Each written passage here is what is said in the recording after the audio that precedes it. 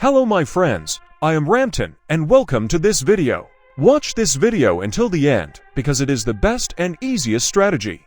Set the time frame of the candle and trade to 5 seconds.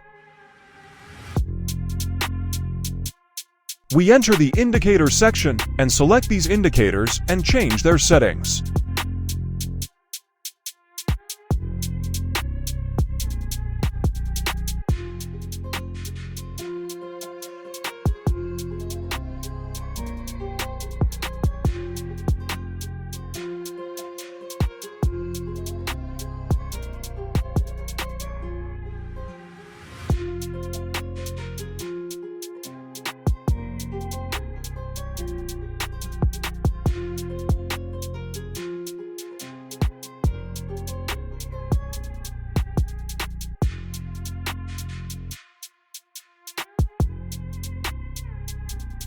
When the stochastic is cut off and the CCI becomes directional, we enter the trade, for example here.